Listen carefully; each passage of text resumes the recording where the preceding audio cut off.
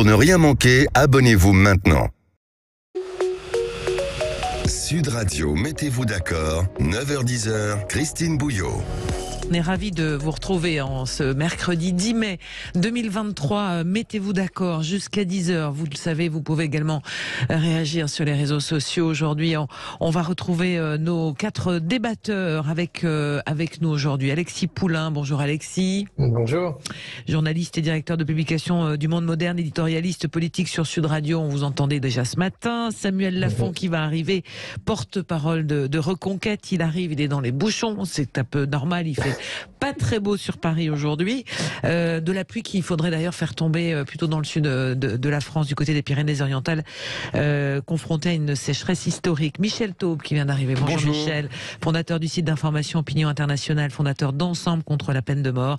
Et Jacques Miard. Bonjour Jacques. Ave. Maire LR de Maison Lafitte, Ave César, comme dirait l'autre. On va évoquer aujourd'hui avec vous... On ne veut pas mourir, hein. Non, absolument. Avec vous 4, dans un instant, on va évoquer la cote de popularité d'Emmanuel Macron. C'est le dernier baromètre IFOP fiducial qui a été publié ce matin avec 71% des Français qui n'approuvent pas l'action d'Emmanuel Macron comme président de la République. C'est un chiffre important, mais qui est stable. Voilà, c'est une chute qui a été enrayée, dit-on du côté de l'Institut IFOP. 70% de mauvaises opinions également pour la Première ministre aujourd'hui, avec plusieurs dossiers sur la table pour le chef de l'État. On y reviendra tous les 4. Le retour de la loi immigration, le texte qui devait finalement attendre sans doute la rentrée, devrait normalement être présenté en juillet prochain. C'est ce qu'on apprend selon plusieurs sources de journalistes et de confrères. Est-ce que le gouvernement se met sous la pression des élus LR qui, eux, font des propositions? On y reviendra aussi. Gérald Darmanin qui veut interdire les manifestations des groupes d'ultra-droite. Est-ce que c'est possible? Mais c'est la suite surtout de cette manifestation à Paris samedi que pourtant le préfet de police de Paris n'avait pas trouvé matière à interdire. Comment faire? Et puis, la dernière proposition, puisqu'on parlait hier matin des propositions concernant les super riches pour les taxations. Faut-il interdire la sélection des sportifs qui ne paient pas leurs impôts en France? C'est la proposition de Julien Bayou qu'on a entendu ce matin sur Sud Radio également.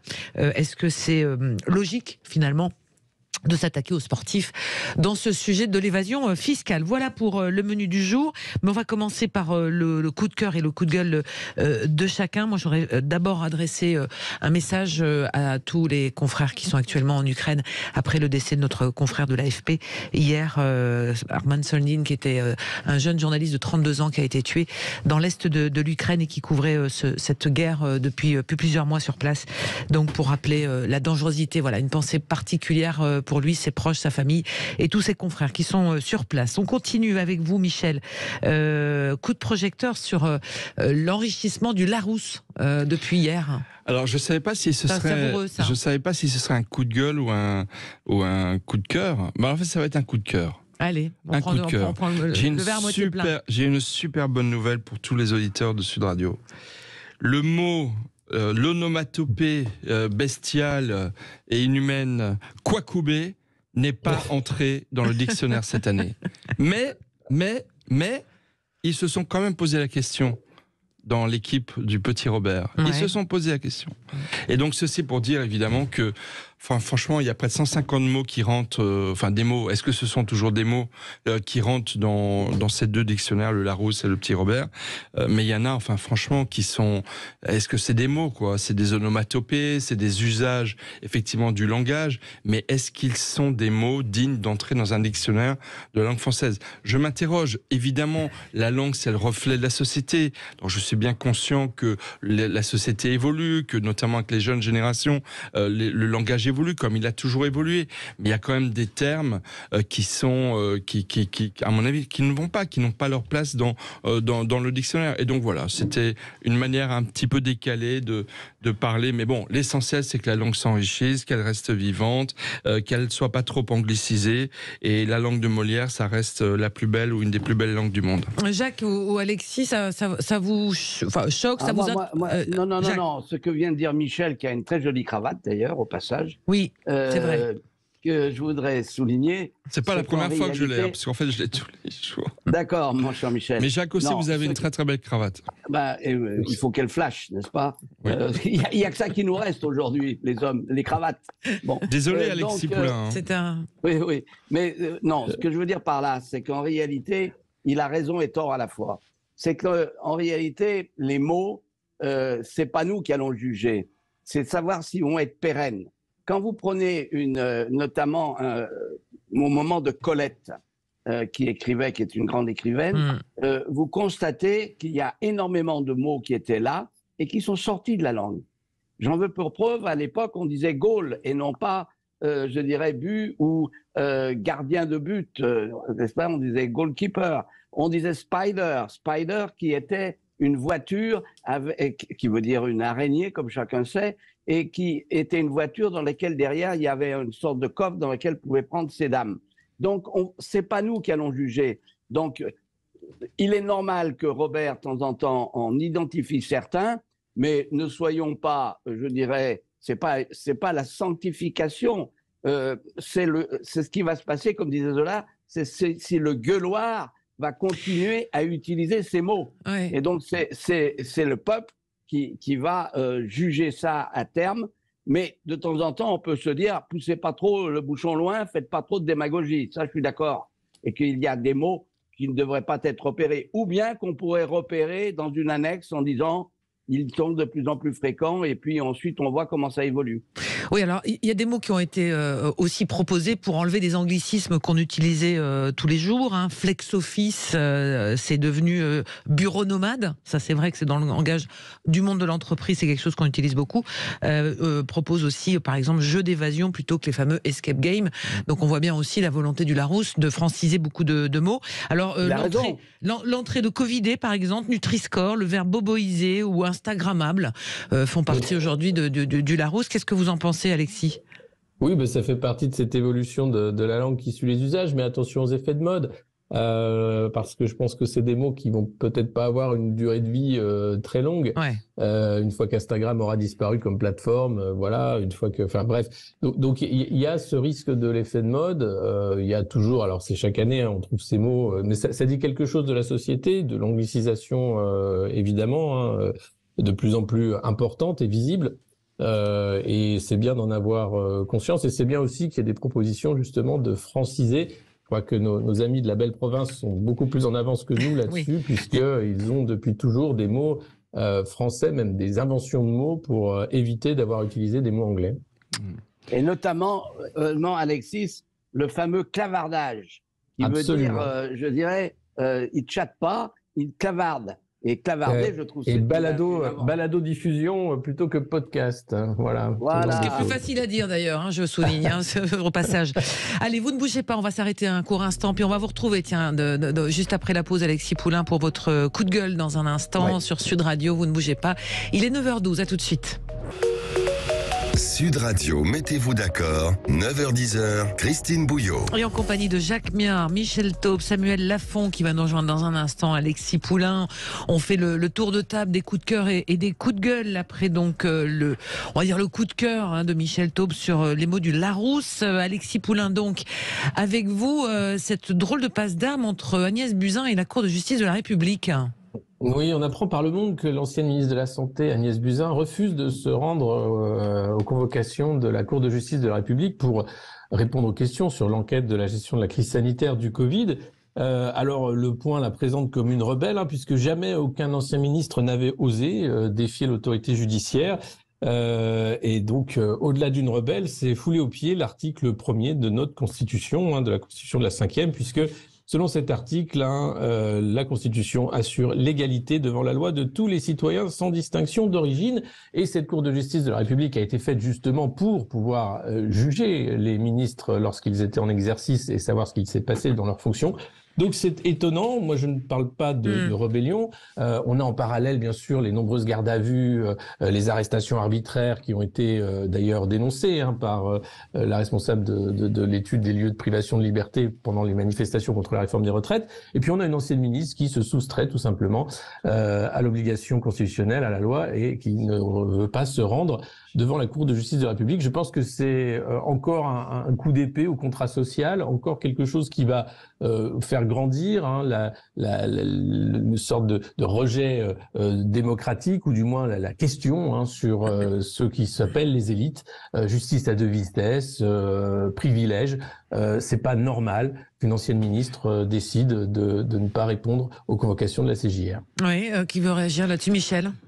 Si je me trompe pas, elle est ambassadrice de la République française auprès de l'OMS, Madame Agnès Buzyn, ce qui a été son titre, c'est les lauriers qu'elle a récupérés suite à la gestion de la crise Covid. Voilà, j'apprends ça, je trouve ça effectivement extrêmement grave. Je ne sais pas si la Cour de justice de la République a les moyens de contraindre une personne de venir être auditionnée, mais c'est vrai que c'est un déni en l'occurrence de l'état de droit et du fonctionnement de nos institutions. Oui, Jacques, sur cette situation inédite. Je suis assez étonné de cette réaction qui, à mon avis, va avoir des conséquences. Bien sûr que la Cour de la justice pourra prendre des décisions de l'amener entre deux gendarmes. Mais cela étant, ça pose plus avant la question, je dirais, des juges dans notre démocratie. On a donné le pouvoir aux juges. Je ne parle pas de ce cas de figure, mais quand on constate aujourd'hui les dérives que nous avons de la justice, qui de temps à autre franchissent la ligne du politique, je suis très sceptique. Et je crois que ça va mal se terminer, sans citer François Mitterrand, qui lors de son dernier Conseil des ministres a dit très clairement, et ça a été rapporté par plusieurs ministres qui insistaient, ne donnez jamais l'indépendance aux procureurs. Les juges ont foutu en l'air la royauté, ils foutront en l'air la République. C'est François Mitterrand lui-même qui l'a dit. Michel. Ce en quoi, excuse-moi Jacques, ce en quoi François Mitterrand avait très bien lu Montesquieu et les autres classiques qui disaient bien que le judiciaire n'est pas un pouvoir indépendant. C'est une autorité indépendante, mais c'est pas un pouvoir indépendant. Ce qui est dans la République aujourd'hui. Et qui, démocratiquement, est forcément dépendant du politique. Oui, mais je voudrais revenir quand même, parce que là, on parle des juges, mais on parle du refus. Alors, les avocats de à mon avis, c'est une faute. Elle a fait une faute. Disent qu'elle a déjà répondu à beaucoup de choses et qu'elle ne souhaite pas... Oui. Mais elle a été nommée en juillet 2022. On va faire tourner la parole. Alexis Poulain. J'ajoute qu'elle a été nommée quand même en 2022 en Conseil des ministres. Elle est conseillère maître en service extraordinaire à la Cour des comptes depuis le 1er septembre 2022. Donc elle est au sein des institutions et là, elle ne respecte pas ces mêmes institutions. On a un vrai problème de l'ordre de l'Ancien Régime, des privilèges de quelqu'un qui se sent au-dessus des lois. Et ça, c'est quelque chose qui, compte tenu d'ailleurs l'état de tension de la société française, est inacceptable. Samuel. Déjà bonjour, parce que... Désolé pour le retard. Non, on vous en prie. Vous savez qu'il y a une partie de la classe politique qui se questionne sur le fait qu'il y a de très nombreux Français qui ne votent plus, qui préfèrent ne pas voter, qui n'ont pas confiance dans la classe politique. Le fait est qu'avec ce cas-ci, il y a encore des Français qui vont douter de la classe politique parce qu'elle vient du gouvernement, donc elle n'a pas été élue. Mais les Français se disent qu'il y a une différence entre des gens qui sont... C'est la justice à deux vitesses, clairement, parce qu'elle, on se dit qu'elle devrait aller devant les juges, et si un Français commet une infraction, en tout cas qu'il est poursuivi par la justice, il va devoir aller devant la justice. Et là, il se dit, moi je ne suis pas traité comme quelqu'un du gouvernement. Autre point, sur le gouvernement des juges, c'est une évidence, et quand on questionne les Français là-dessus, on le sait très clairement, non seulement ils trouvent que la justice est trop laxiste, très largement, donc c'est très majoritaire dans la population, à gauche comme à droite, mais en plus de ça, ils se rendent bien compte que les juges ont malheureusement trop souvent une sorte de pouvoir politique et il faut que ça cesse. Et le fait est, je le répète souvent sur ce plateau, rien n'est impossible. Rien n'est impossible. Si on fait une grande réforme de la justice pour avoir des peines enfin appliquées et avoir le sentiment que la justice sert à quelque chose et que les délinquants, les criminels peuvent craindre la justice et sont condamnés, eh bien on peut le faire. Là on a entendu que le gouvernement a annoncé finalement, alors qu'il a été tergiversé, un projet de loi sur l'immigration pour début juillet après que les LR ont annoncé 2 propositions de loi. On va y revenir. On peut agir sur l'immigration, et bien on peut également agir sur la justice. Alors justement, il est nécessaire, oui, rapidement. Pour moi, la justice est un service public. Et donc, il faut qu'il retrouve au sein de nos institutions et de nos démocraties, je dirais, sa place, sa juste place, mais pas au-delà. Oui. Malheureusement, on a aujourd'hui un certain nombre de syndicats de la magistrature qui font de la politique et qui ne rendent pas la justice. Et ça, c'est pas acceptable. Et n'oublions pas cette justice du quotidien qui va régler beaucoup de choses dans la vie. Exactement. Jacques, justement, Jacques, vous êtes là. Le coup de gueule de Jacques Miard en ce 10 mai. Écoutez, j'ai pas trouvé mieux que ma stupéfaction sur la remontée des Champs-Élysées par le président de la République. Ah, moi je croyais que vous alliez... C'était quand même extraordinaire. Extraordinaire. Attendez, on va écouter Jacques. Oui, on n'avait jamais vu, je dirais, des Champs-Élysées aussi vite que ça. Alors, bien sûr, on a bien parfaitement compris, il voulait éviter les casseroles. Je suis désolé. La solution qu'il a trouvée est pire, parce que ça montre, je dirais, dans quelles conditions il doit maintenant se déplacer en faisant le vide autour de lui. Eh bien, ce cliché du vide autour de lui, ça a une connotation extrêmement forte sur le plan politique et qui montre qu'il est complètement coupé des Français. Est-ce que c'était le jour aussi pour faire des concerts de casseroles? Ah, mais ça, je suis d'accord. Je pose la question. Par exemple, je ne vous cache pas que j'ai absolument apprécié l'éloge qu'il a fait de Jean Moulin. Moi, je l'ai fait moi-même dans le discours du 8 mai. Et je peux vous dire effectivement que d'un autre côté, il y a un moment, il faut savoir aussi respecter, je dirais, les points centraux de notre histoire nationale. Michel, je vous vois trépigner. Moi, je suis très déçu. Je pensais que Jacques Miard allait rendre hommage au 10 mai 1981, à l'élection de François Mitterrand, puisque nous sommes un 10 mai. Donc, voilà. Non, mais bien sûr. Moi, j'ai plus rien d'édito. J'ai mis seul. Voilà, Macron est seul. Oui, c'est ça. Il est seul et il est de plus en plus seul. Et c'est vrai que le jeu du chat et de la souris qu'il entretient entre lui et les Français, avec des sorties thématiques extrêmement artificielles, parce que toujours très éloignées des Français, à part quelques élus d'apparat, malheureusement, vu la fonction qu'ils remplissent lorsque le président se déplace. Par exemple, vous voyez, pour l'hommage à l'ancien dirigeant de Haïti là qui est mort dans les geôles françaises. Excusez-moi, Toussaint Louverture. Emmanuel Macron s'est déplacé il y a 15 jours. Il a même pas invité la plupart des élus de la région dans laquelle il se déplaçait. C'est-à-dire qu'il est vraiment de plus en plus seul et les personnes présentes, même près de lui, sont triées sur le volet de façon totalement excessive par rapport ne serait-ce qu'aux usages de la République. Et donc voilà, je veux dire, déjà les 100 jours qu'il nous promet me paraissent interminables, mais les 4 ans qu'il a devant lui et que la Constitution lui garantit en termes de protection institutionnelle, me paraissent vraiment interminables. Allez, on va revenir dans un instant, parce que ça sera notre premier sujet, mais dernier coup de gueule ou coup de cœur avec vous, Samuel Lafont. Oui, un coup de gueule contre l'évolution déplorable du système de santé. Ouais. Il y a un sondage récent qui indique que 80% des Français sont inquiets par l'évolution du système de santé, et 40% des Français refusent des soins à cause du coût. Il y a des Français qui ne se soignent plus en France. Évidemment, il y a des déserts médicaux, donc un problème d'accès aux médecins. Parfois, on attend très longtemps, on n'arrive pas à avoir accès soit à un généraliste, soit encore plus à un spécialiste, et notamment en dehors des métropoles. Mais en plus de ça, il y a des Français qui ne se soignent plus. Et ça, non seulement, c'est très grave, ça dit quelque chose de très grave sur l'état de notre pays. En plus, ça va coûter très cher par la suite à la communauté, à la collectivité, parce que de toute manière, en fait, ces gens vont avoir plus de problèmes derrière. Il faut qu'ils puissent se soigner. Et dans le même temps, je rappelle que dans le même temps, on ne supprime toujours pas l'aide médicale d'État qui permet de soigner gratuitement les clandestins. Ça nous coûte des milliards depuis des années. Eh bien, je suis désolé. Moi qui suis français, je pense que les Français doivent passer avant les immigrés clandestins qui n'ont rien à faire dans notre pays, et on doit faire en sorte que les Français puissent se soigner convenablement. Alors effectivement, ça c'est la position qui est la vôtre, hein, Samuel Lafont, porte-parole de Reconquête. Mais sur l'aspect médical, je vous invite à lire le papier et l'enquête qui a été menée sur le premier désert médical de France. C'est le système scolaire. Rien que sur les infirmières scolaires, il manque 15 000 infirmières scolaires à ce jour.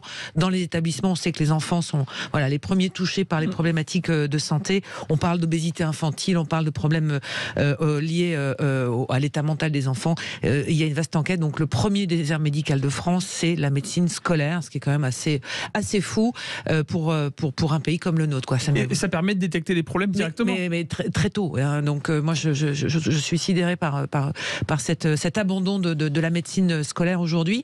Jacques, un petit mot sur le système de santé. Alors je sais que c'est en tant que maire, on est confronté. C'est le sujet central de vos administrés. Oui, hein, ça c'est clair. On met en place un certain nombre. Nous avons divers projets pour justement créer des pôles de santé. Ouais. Nous en avons déjà créé un qui fonctionne pas trop mal. Bien évidemment, les pôles de santé sont comme tout le monde. C'est que comme il y a pénurie de médecins en raison du numerus clausus qui a été adopté depuis longtemps et qui perdure parce qu'on ne fait pas un médecin en 15 jours, il est clair que nous rencontrons ces difficultés. Heureusement, à Maison Lafitte, et je vais défendre, nous avons la MGEN, nous avons une polyclinique, nous avons un service des urgences, et donc nous sommes pas trop mal lotis, même si nous avons des difficultés pour trouver des médecins du quotidien et des médecins entre guillemets de famille, c'est-à-dire des médecins traitants. Donc c'est un sujet absolument incontournable pour beaucoup de maires, et je sais que dans certaines zones, c'est extrêmement difficile, que ce soit les maternités, comme chacun sait, ou que ce soit, comme vous l'avez dit, la médecine scolaire. Et pour la médecine scolaire, je peux vous dire que ça ne date pas d'hier. Oui, c'est vrai, je suis d'accord avec vous, Jacques. Un dernier mot, Michel. En sachant que la loi RIS va être adoptée définitivement aujourd'hui. Hein. Oui, moi, face à ces propos, ce que je dis toujours, c'est qu'il faut quand même avoir bien conscience que la France, c'est un des derniers pays au monde où, en cas de maladie grave, en cas de vraiment situation, je ne parle pas de la bobologie, je parle là, il y a des prises en charge quasiment à 100%, et ça reste extrêmement précieux. Il faut absolument le protéger, parce que sinon, on tomberait vraiment dans des discriminations, on va dire, en fonction des revenus, extrêmement lourdes. Proposition de loi, donc il faut souligner l'efficacité du SAMU et des SMUR. Oui, c'est une invention française. Voilà, ça c'est quelque chose de très fort. Bien évidemment, dans des zones rurales, c'est beaucoup plus difficile parce que parfois, il faut se déplacer en hélicoptère. Allez, on va y revenir dans un instant sur ces sujets du quotidien pour les Français, avec notamment Emmanuel Macron qui se démultiplie. Mais est-ce que ça va suffire pour faire remonter sa cote de popularité? On y vient avec vous et nos 4 débatteurs du jour, Jacques Miard, Michel Taube, Samuel Lafont, Alexis Poulain, tout de suite. Sud Radio, mettez-vous d'accord, 9h-10h, Christine Bouillot. Et nous sommes toujours en compagnie de Michel Taube, Jacques Miard, Samuel Lafont, Alexis Poulain. On revient donc sur le premier sujet, cette cote de popularité d'Emmanuel Macron, avec le nouveau baromètre IFOP fiducial. 71% des Français au mois de mai n'approuvent pas l'action d'Emmanuel Macron. C'est le nouveau sondage et qui place également à 70%, donc avec un point de moins pour les mauvaises opinions pour la première ministre Elisabeth Borne. Alors pour le chef de l'État, 71%, c'est un chiffre stable par rapport au mois précédent. Jacques, une telle cote de popularité de mémoire qui ne bouge pas et qui est aussi basse. Écoutez, on voit très bien qu'il y a un problème. On rejoint tout ce qui a été dit précédemment. Comme l'a dit Michel Taube, il est seul. En réalité, la question des retraites, on a bien compris que le point central, c'était l'attitude du chef de l'État. C'était pas autre chose. Et donc aujourd'hui, tout focalise autour de son rejet par les Français. Et c'est là où, à mon avis, il est entré dans une période extrêmement difficile, parce qu'il ne faut pas oublier une chose, c'est que s'il pense passer la question des retraites dont acte, il n'en demeure pas moins qu'il va falloir l'an prochain à nouveau voter un budget, et qu'il va falloir aussi faire passer un certain nombre de textes. Donc on voit très bien que ça va être extrêmement difficile. Oui.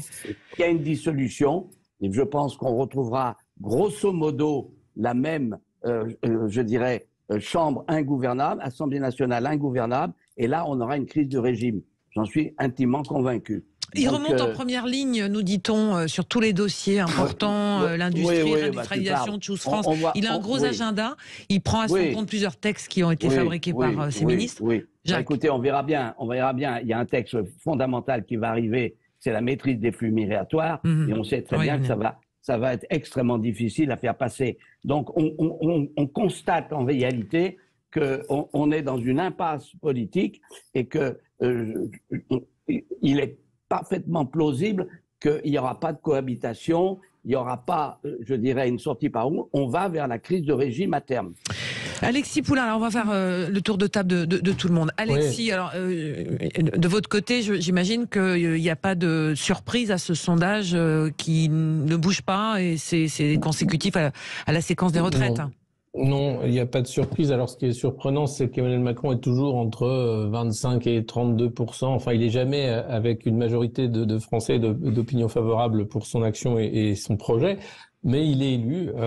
Et là, ce qui est étonnant et ce qui bloque vraiment, c'est qu'on voit qu'il essaye de faire à peu près la même séquence qu'avec les Gilets jaunes, c'est-à-dire reprendre la parole, reprendre les caméras, faire de l'esbrouf et du mouvement, un mouvement perpétuel. Il y avait eu le grand débat à l'issue des Gilets jaunes. Là, il est en déplacement systématiquement partout pour essayer d'être à la rencontre des Français, mais il y a les casserolades, mais il y a des syndicats qui ne veulent pas lâcher et des syndicalistes mobilisés, et puis des Français qui sont vraiment fâchés cette fois-ci à un point de non-retour, et ça se voit que ça ne fonctionne pas. Mais est-ce que c'est pas logique compte tenu du fait que les Français sont majoritairement contre le passage à 64 ans et du coup, pour l'instant, les Français boudent leur chef de l'État, ou est-ce que c'est durable et ça va durer comme ça pendant 4 ans, Alexis ? Mais je pense que c'est pas boudé, c'est qu'à un moment, on peut pas gouverner contre son peuple. Il y a dans la Constitution ce principe quand même, l'élection au suffrage majoritaire universel fait que vous êtes censé représenter les Français, tous les Français. Il a été élu démocratiquement quand même. Mais il a été élu démocratiquement avec cette phrase « Votre vote m'engage », puisque c'est un vote contre Marine Le Pen, pas pour Emmanuel Macron. Non, mais ça, c'est pas dans la Constitution. La suite, non, mais c'est extrêmement important parce que derrière, c'est une trahison de la parole. C'est ce qu'avait fait François Hollande avec Moïse et la finance. Là, Emmanuel Macron le fait très rapidement dans l'entrée de son second mandat, avec cette réforme des retraites qu'il passe en force. Et derrière, c'est un non-respect de l'esprit des lois, justement, et du pacte, finalement, qui le liait avec cette élection de nombreux Français qui avaient donné leur voix pour, justement, dire « Allez, on fait encore un barrage, mais cette fois-ci, faites attention ». Et il n'en a rien à faire. Et c'est là où ça casse, parce que c'est une trahison. Et c'est vécu comme ça par beaucoup d'électeurs, y compris des électeurs d'Emmanuel Macron. Oui, mais donc, ça ne veut pas dire non plus que les camps adverses en profitent pour l'instant. Alors le Rassemblement national en profite très bien. Dans les sondages. Par l'inaction dans les sondages et par le fait d'être posé en attente. La NUPES a eu du mal parce que c'est toujours difficile avec la NUPES, on a l'impression, vu que il y a une sorte de façade où on parle d'union, mais en réalité il y a beaucoup de désunion et de stratégie personnelle. Mais globalement, on voit qu'il y a un problème de crise démocratique, même si Emmanuel Macron n'aime pas ce mot-là. Il y aura évidemment très rapidement, je pense, un remaniement ministériel et Elisabeth Borne va sans doute quitter son poste de première ministre. Ça ne changera pas grand-chose puisque le projet reste le même. La question, c'est pas créer des bidules comme le Conseil national de la refondation, comme des comités citoyens qui servent à occuper des adultes qui discutent, mais qui n'a aucune valeur finalement, puisque à la fin c'est l'Assemblée ou le président, l'exécutif qui décide. Donc il y a une vraie question sur la Constitution, sur les institutions, sur la 5e et sur finalement le peu de démocratie, parce que c'est pas en votant tous les 5 ans que l'on fait une démocratie forte et solide. Allez, Samuel Lafont, c'est votre point de vue, j'imagine. Moi, je pense que Emmanuel Macron et son gouvernement ont 2 problèmes. Le premier problème, c'est qu'ils prennent trop souvent les Français pour des idiots. Ça leur coûte. Le deuxième problème, et c'est normal que les Français leur fassent entendre qu'ils ne sont pas idiots et qu'ils ne vont pas se faire avoir par leur discours performatif et leurs annonces ne sont pas suivies. Oui. Le deuxième point, c'est que trop souvent, on a l'impression que les politiques sont déconnectés, et je pense que on atteint le summum dans le gouvernement d'Emmanuel Macron. On attend à ce que des problèmes deviennent extrêmement graves pour que le gouvernement prenne la parole et décide d'agir. La réalité, la différence qu'il y a par rapport à ce qui s'est passé avec les Gilets jaunes, suite à la réforme des retraites, c'est qu'il faut bien se souvenir qu'après les Gilets jaunes, à la toute fin du mouvement des Gilets jaunes, il y avait une récupération par l'extrême gauche, et du coup le mouvement des Gilets jaunes, qui était très populaire dans le pays au tout départ, a été un peu conspué et a été vu et dénoncé comme un mouvement d'extrême gauche. Ce qui fait qu'après ce mouvement-là, après cette fin et les violences malheureuses qui ont été instrumentalisées par l'extrême gauche, eh bien, Emmanuel Macron s'est dit bon, ben moi je suis le président de l'ordre, vous allez retrouver l'ordre, etc. Ce qui a pu plaire à une partie de l'électorat, qui à mon avis s'est fait avoir. Là, la réalité, c'est que après cette réforme des retraites, donc qui était impopulaire dans le pays, et notamment à cause de la personne d'Emmanuel Macron, Emmanuel Macron il ne peut pas se dire « Regardez, en fait, je suis le président de l'ordre, tout va bien se passer ». C'est exactement le contraire. Et je pense qu'il a fait une erreur en choisissant d'avoir ces 100 jours et en se déplaçant partout, parce que pour l'instant, il n'a toujours pas fait son mea culpa. Il n'a pas fait de mea culpa. Honnêtement, si aujourd'hui il disait aux Français « Écoutez, je me suis trompé. Il y a des urgences pour vous du quotidien. Il y a la santé, il y a le pouvoir d'achat, il y a le logement, le problème du logement qui est en train de monter avec la crise du logement. Il y a eu le carburant, il y a peu. Je sais que vous devez payer plus cher l'électricité. Je sais que c'est difficile en ce moment. On peut faire des réformes, on peut y arriver. Il pourrait faire ça. Non, il a fait un discours à la télévision dans lequel il n'a rien dit. Et aujourd'hui, il essaie de faire un tour de France. Et dès qu'il se rend compte, parce qu'il s'est rendu compte un peu tard, qu'il ne serait pas soutenu sur le territoire national, eh bien, il se retrouve seul, comme on l'a vu lors de la cérémonie en remontant les Champs-Élysées. Il se retrouve seul et en fait, il ne s'en sort pas. Je pense que la situation est en train de s'empirer pour lui et malheureusement, elle est surtout en train de s'empirer pour les Français. En même temps, alors j'ai obligé de voir un peu aussi les sujets qui vont plutôt pas trop mal. La question, vous citez tout ce que les Français attendent dans les urgences. Vous ne parlez pas de l'emploi. Il y a des années, on parlait de ces problématiques d'emploi de longue durée, qu'on n'arrivait pas à réduire le chômage. Aujourd'hui, on est quand même dans une situation. Alors, on va faire circuler la parole avec Michel et Samuel après. Deux choses. D'abord, une remarque presque anecdotique. Éric Zemmour, si je ne me trompe pas, il était plutôt pour la retraite à 64 ans. S'il avait été député, il aurait voté peut-être la loi. Alors, Éric Zemmour était très clair là-dessus. Il a dit que lui, il pensait qu'il fallait relever l'âge, mais que c'était un élément parmi tant d'autres. Et je pense que le fait de simplement dire il faut relever l'âge et tout va bien se passer, c'est une arnaque parce qu'on sait très bien qu'il y a des gros problèmes de gaspillage d'argent public. Plus, il faut avoir. Personne n'avait la solution miracle sur les retraites. Ceci pour dire que personne ne l'avait effectivement, mais ça suffisait pas. Non, mais ceci pour dire que malgré les conditions dans lesquelles a été imposer, modifier, adapter, ajuster la loi au fil de l'eau, quand même, il y a manifestement des leaders politiques plus responsables que d'autres. Quand on compare par exemple les projets sur la retraite de Marine Le Pen et d'Éric Zemmour, il y en a quand même un qui est un peu plus sérieux que l'autre. Mais le deuxième point que je voulais dire, c'est que, comme je le disais tout à l'heure, mais j'insiste, c'est très important selon moi, c'est que quand bien même Emmanuel Macron serait à moins 25% dans les sondages, qu'il aurait des casserolades à n'en plus finir jusqu'aux portes de l'Élysée, il peut rester à l'Élysée autant qu'il veut. Il a une légitimité institutionnelle. Non. Et j'ajoute, c'est bizarre de dire ça, Jacques, il a d'abord une légitimité institutionnelle. Enfin, c'est même pas une légitimité là. Il a une protection institutionnelle. Et il a ensuite un orgueil personnel qui font qu'il peut tout à fait décider, et à mon avis, je pense vraiment que c'est ce qu'il a intimement décidé, c'est qu'il va prendre son temps pour savourer les joies et les plaisirs que lui offre la fonction.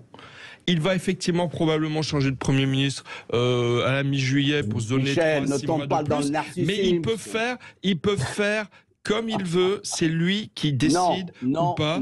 Honnêtement, il va gouverner beaucoup par des décrets, par des ajustements sur les politiques publiques, essayer de faire passer tel ou tel projet, mais il peut décider de prendre son temps. Il est quelque part dans une forme de cohabitation avec lui-même qui lui va très bien par rapport à sa mentalité. Jacques, et après on fait la pause. Jacques. Oui, rapidement. Je veux dire, tu oublies une chose, c'est qu'effectivement, il est élu, mais que cette constitution et que ce 5e République, c'est aussi une constitution parlementaire, article 20 de la Constitution. Et donc, ce que tu dis est en porte-à-faux. Il est légalement élu, mais pour gouverner, il a besoin de trouver des solutions au Parlement. Donc là, on est dans une impasse. Et non, ça, on n'est pas encore dans une impasse. On n'en est pas loin, mais on n'y est pas. Ça va se passer, Michel. Là, il faut avoir un peu plus d'imagination et se projeter. Il va être obligé de revoter un budget de la sécurité sociale. Il va être obligé de revoter l'an prochain un budget de la nation. Et donc là, il va tomber sur le 49.3. Donc on est à terme dans une impasse et on va vers la crise de régime. Allez, on va s'arrêter dans un instant et justement parmi les dossiers qui arrivent sur la table et qui vont nécessiter une majorité pour faire passer ce texte, c'est la loi immigration qui, nous dit-on finalement, va arriver et va être présentée dans le courant du mois de juillet. On va voir ce que ça change et ce que ça dit aussi donc de la situation politique actuellement dans le pays. À tout de suite. Sud Radio, mettez-vous d'accord, 9h-10h, Christine Bouillot. Allez, encore un quart d'heure à passer avec nos débatteurs du jour, Jacques Miard, Michel Taube, Samuel Lafont, Alexis Poulain. On en est donc à parler de ce deuxième sujet avec le retour finalement du texte sur l'immigration, un énième texte, je crois que c'est le 30e en l'espace de 20 ans ou 25 ans, contrairement à ce qui avait été annoncé il y a encore quelques jours, avec la possibilité donc de se laisser du temps, c'est ce qu'avait dit Emmanuel Macron, ou éventuellement des consultations. Finalement, selon plusieurs de nos confrères et dont le Figaro, Elisabeth Borne a donc chargé Gérald Darmanin de conduire des échanges, nous dirons, durant un mois pour qu'un projet de loi soit présenté en Conseil des ministres en juillet prochain, et ce alors que le gouvernement est sous la pression visiblement des députés LR qui ont donc des propositions de textes dits de rupture. Il va y avoir un sujet. Alors, je vais me tourner vers vous d'abord, Jacques, pour savoir un tout petit peu pourquoi le timing autour de cette loi varie autant sur les déclarations. Un coup, on va se laisser du temps, un coup, on va présenter le texte en 2 morceaux ou 3 morceaux, un coup, on va... On revient à la discussion précédente, à savoir qu'on a un gouvernement, et le gouvernement, c'est à la fois le président de la République plus le Premier ministre, qui doivent trouver des dérivatifs à l'impasse dans laquelle ils se sont mis sur le plan général, sur le plan politique. Donc, ils se sont dit, la maîtrise des flux migratoires, c'est quelque chose que l'on peut tenter. Il n'en demeure pas moins que pour, je dirais, maîtriser les flux migratoires, il faut aussi regarder les réalités européennes dans lesquelles on est en plein, je dirais, antagonisme. Vous avez l'Allemagne qui veut faire entrer un certain nombre d'émigrés qui jouent les marchands d'esclaves, il faut le dire comme quand même. Parce qu'elle a un problème, elle fait venir des gens, j'ai bien dit marchands d'esclaves. Pas exagérer. Le mot est fort peut-être. Mais si, arrête. Il y a un moment, il faut regarder la réalité en face. Le couple franco-allemand, c'est du vent. Et donc, sur ce point précis, lorsqu'on fait entrer, comme ils l'ont fait dans le passé, 800 000 émigrés, et que nous, on n'a pas besoin de ça, eh bien, on a des passoires, on a des frontières qui sont des passoires, on a un système Schengen qui ne fonctionne pas, on a un système Dublin qui est à revoir.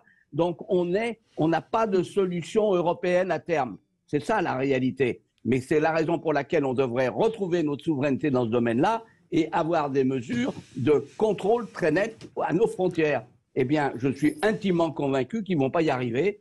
Vous avez d'un côté la NUPES qui va faire de la démagogie pro-immigration. Vous avez ensuite d'autres qui vont dire qu'il faut être extrêmement ferme. Et le gouvernement qui va se retrouver, là encore, dans une impasse. Et c'est ça qui va se passer. Avec quand même un secteur professionnel comme l'hôtellerie-restauration qui demande la régularisation. Mais c'est du baratin, ça. Non, c'est pas du baratin. Pourquoi c'est du baratin? Mais bien sûr que c'est pas du baratin. Arrêtez, quand on a 3 millions de chômeurs, on commence par former les gens pour arrêter et qu'ils commencent bien à les payer. Mais enfin, qu'est-ce que c'est ces histoires? C'est du baratin. En même temps, c'est une réalité. Il suffit de se balader dans les arrière-cuisines. La réalité est que ce sont les Français qui ont construit les routes, les chemins de fer et autres, et qu'on arrête de nous dire qu'on a besoin de travailleurs immigrés. Parlez-en, Jacques, alors pardonnez-moi, mais parlez-en au secteur de l'agriculture, savoir si dans les champs, au moment des récoltes, vous arrivez à trouver de la main-d'œuvre. Non, mais ça, c'est du court terme. Ça, c'est du court terme. C'est pas du court terme, mais ça fait des années que ça dure, Samuel Lafont. Absolument, allez voir les agriculteurs. À chaque fois, la solution de court terme, c'est on va faire venir des immigrés, voire utiliser les clandestins dans les cuisines. Et du coup, ça nous permet, vu qu'il y a trop de charges. Alors, c'est pas des clandestins dans les champs, parce que j'entends bien, mais notamment dans les cuisines. Notamment dans les cuisines, on le sait. Et c'est toujours le même discours. C'est regardez, maintenant, en fait, les seuls qui voudraient faire ça, en plus, c'est pas vrai dans beaucoup de métiers, notamment pour ce qui était les éboueurs, ce sont des immigrés et donc on va sous-payer, en fait, on fait baisser le salaire, en fait, ça permet de faire baisser les salaires. Est-ce que c'est l'immigré qui fait baisser le salaire mais très clairement, c'est très simple. Vous avez des personnes qui acceptent de travailler pour moins cher, vous faites baisser les salaires. Donc quand on fait venir massivement des immigrés comme ça fait baisser le salaire en moyenne que pourraient obtenir les Français, et en même temps dire, regardez, en fait, le salaire est trop bas, du coup, faut faire venir des immigrés. Pardon, mais c'est une solution non seulement qui est de court terme, mais qui ne voit pas la globalité. La globalité, c'est qu'en fait, aujourd'hui en France, on parle des restaurateurs, par exemple. Les restaurateurs, on sait très bien que c'est compliqué pour eux, qu'ils ont énormément de charges, et donc que c'est compliqué pour gagner leur vie. D'accord ? On peut pas dire juste, en fait, il faut faire venir des gens qui en paiera moins cher pour que les restaurateurs puissent s'en sortir. On pourrait baisser les charges. On pourrait faire en sorte que le coût de la vie soit moins cher en France. Il y a aussi d'autres sujets. Pour faire écho à ce que disait Jacques Ménard, on parlait de l'Europe et du niveau national. Il est évident que si on reste dans le système européen actuel, heureusement les élections européennes qui arrivent, ça paraît étrange d'avoir une limitation au niveau national de l'immigration et de rien faire au niveau européen. Il faut clairement qu'on ait des discussions, parce que c'est pas possible que l'Allemagne durablement fasse venir des centaines de milliers d'immigrés, voire des millions d'immigrés, et que les autres pays le subissent, parce que clairement ces immigrés peuvent se déplacer partout en Europe. Mais au niveau national, j'ai envie de dire à tous les Français qui nous écoutent, tous les auditeurs de Sud Radio, nous avons une chance incroyable. Tous les sondages de ces dernières années montrent que les Français sont très opposés à l'immigration. Profitez-en. Pourquoi le gouvernement annonce son projet de loi en juillet ? Parce que les LR avaient déposé 2 propositions de loi en juin, et donc le gouvernement ne veut pas se faire couper l'herbe sous le pied. Donc, profitez-en. Appelez votre député, écrivez à votre député. Toutes les coordonnées sont sur le site de l'Assemblée nationale, également auprès des sénateurs. Faites-vous entendre, dites que vous en avez assez de l'immigration, et je termine là-dessus. Aujourd'hui même, les gens se mobilisent, les Français se mobilisent, notamment sur Twitter avec le hashtag Stop Immigration. Faites-vous entendre largement pour obtenir le projet de loi que vous voulez. Alors, je rappelle que Samuel Alphonse est le porte-parole de Reconquête. Vous êtes dans votre rôle aussi par rapport à ça. Je fais tourner la parole, il reste moins de 3 minutes. Alexis Poulain. Je suis assez d'accord sur le problème des lois européennes qui sont toujours supérieures au droit national et surtout du manque de moyens qui a été donné à Frontex et systématiquement de montrer du doigt les pays qui font garde de frontières et qui n'ont pas les moyens. Italie, Hongrie, Pologne et d'autres qui systématiquement ont été montrés du doigt pour leur politique migratoire parce que l'Europe ne veut pas faire le boulot. Sans compter qu'il y a un travail de sous-traitance avec par exemple les autorités libyennes qui n'organisent pas réellement la rétention de migrants potentiels. Donc il y a un vrai problème de fond. C'est d'abord le choix européen de ne pas mettre les moyens et de traiter ce dossier migratoire avec sérieux. Et l'autre, c'est évidemment la question politique de dire qu'est-ce qu'on peut faire pour protéger nos frontières, sachant qu'on a Schengen et que les frontières européennes sont ouvertes aux 4 vents en réalité. Michel. Non, mais je pense que le gouvernement veut ouvrir un contre-feu politique. Ah oui, politique sûr. À l'initiative de LR qui est très déterminée et qui a aussi, reconnaissons-le, beaucoup travaillé sur les questions d'immigration, notamment au Sénat depuis des mois. Et donc, il s'apprête à sortir un projet, à mon avis, cohérent. Mais la réalité, c'est que ni LR d'un côté, ni l'exécutif de l'autre ne trouveront de majorité pour voter. Sinon, en utilisant le 49.3, et est-ce qu'ils y sont prêts ? Est-ce qu'ils y sont prêts après ce qui s'est passé sur les retraites ?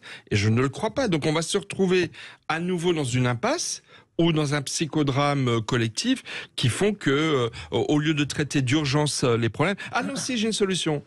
Gérald Darmanin qui avait dit, en présentant sa première version de son premier projet de réforme, énième réforme sur l'immigration, il avait dit on va être gentil avec les gentils et méchant avec les méchants.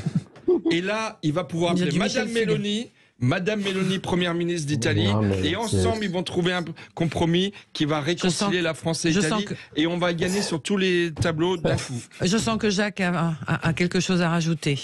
Moi, j'ai quelque chose à rajouter dans la mesure où on est dans une situation que si on ne retrouve pas la souveraineté sur nos frontières, on n'y arrivera pas. Donc, on a un problème majeur. Avec le salmigondis européen où on a des intérêts totalement opposés. Donc c'est ça la réalité. Et on devrait, au niveau européen, lancer un appel en disant si vous entrez, vous serez expulsé. Mais c'est pas le cas. On n'aura jamais cet appel pour arrêter l'immigration. C'est aussi simple que ça. Donc c'est là où on voit que l'Europe, ça n'existe pas. Elle n'est fait que d'antagonisme. C'est aussi simple que ça. Et le jour où on sera sorti de l'utopie européenne, et là vous vous adressez à Macron-Jupiter, eh bien ce jour-là, on fera un grand pas vers la raison. Et profitons des exemples européens récents. On a la Suède, on a la Finlande, on a le Danemark. Profitons de ces exemples. Des peuples qui ont simplement dit stop à l'immigration. C'est possible. Oui, mais on peut changer nos lois. Est-ce qu'ils ont résolu la problématique des gens qui veulent absolument changer leur vie? Enfin, l'histoire de l'immigration, c'est pas simple. Est-ce qu'ils les remettent dans un... On arrive, il reste 6 secondes. Deux choses, il y a l'immigration clandestine, l'immigration légale. On peut réduire l'immigration légale. Là, on parle d'immigration légale. On est au début des flux migratoires, on n'est pas à la fin. Ah, mais il faut être très clair au début. La France n'a pas la même place géographique que le Danemark et les pays scandinaves. Non, moi je veux donner un autre exemple, c'est l'Espagne. Il y a des pays qui sont un très exemple, c'est l'Espagne qui s'est fortement rapprochée du Maroc. D'ailleurs, ils ont fait un volte-face diplomatique pour pouvoir justement traiter en priorité la question de l'immigration. Et je salue, parce que ça se joue quand même à deux niveaux. Jacques parle de notre souveraineté, mais notre souveraineté, c'est mieux en accord avec d'autres souverainetés. Le Maroc fait un travail énorme d'ordre sécuritaire et policier pour retenir des milliers, voire des dizaines de milliers de migrants qui veulent passer en Europe via l'Espagne. Et il faut des partenariats. Actuellement, ce qui se passe aussi, qui est tout à fait nouveau, c'est que la Tunisie, qui est en train de s'effondrer politiquement, d'ailleurs j'aimerais avoir une pensée pour ce Français et ces Tunisiens qui ont été tués hier soir à Djerba, dans le cadre du pèlerinage de la Griba, qui est le pèlerinage juif le plus important d'Afrique. Ça s'est passé hier soir en Tunisie. Ouais. Mais la Tunisie est malheureusement en train quasiment de s'effondrer. Or, il y a de très nombreux migrants qui sont en train d'arriver en Italie par la Tunisie. Avant, c'était par la Libye. Maintenant, c'est par la Tunisie. Donc, la souveraineté, ça ne suffit pas. Il faut aussi qu'il y ait des accords très très forts. Et moi, plus que la souveraineté, c'est des accords entre l'Italie et la France et l'Espagne qu'il faut absolument travailler. Ça a été un échec et les États, que ce soit le Maroc ou la Tunisie, refusent de reprendre. Donc, il y a un moment, on prend les moyens de sa politique. Allez, de toute façon, c'est un sujet. On en a jusqu'au mois de juillet. Merci à tous les quatre. Merci beaucoup pour le débat du jour. Bonne journée dans un instant. Allez, ciao, ciao. Et dans un instant, c'est Gilles Gansman et les médias. On reçoit le journaliste de France 2, Nathanaël Deringsa. Tout de suite.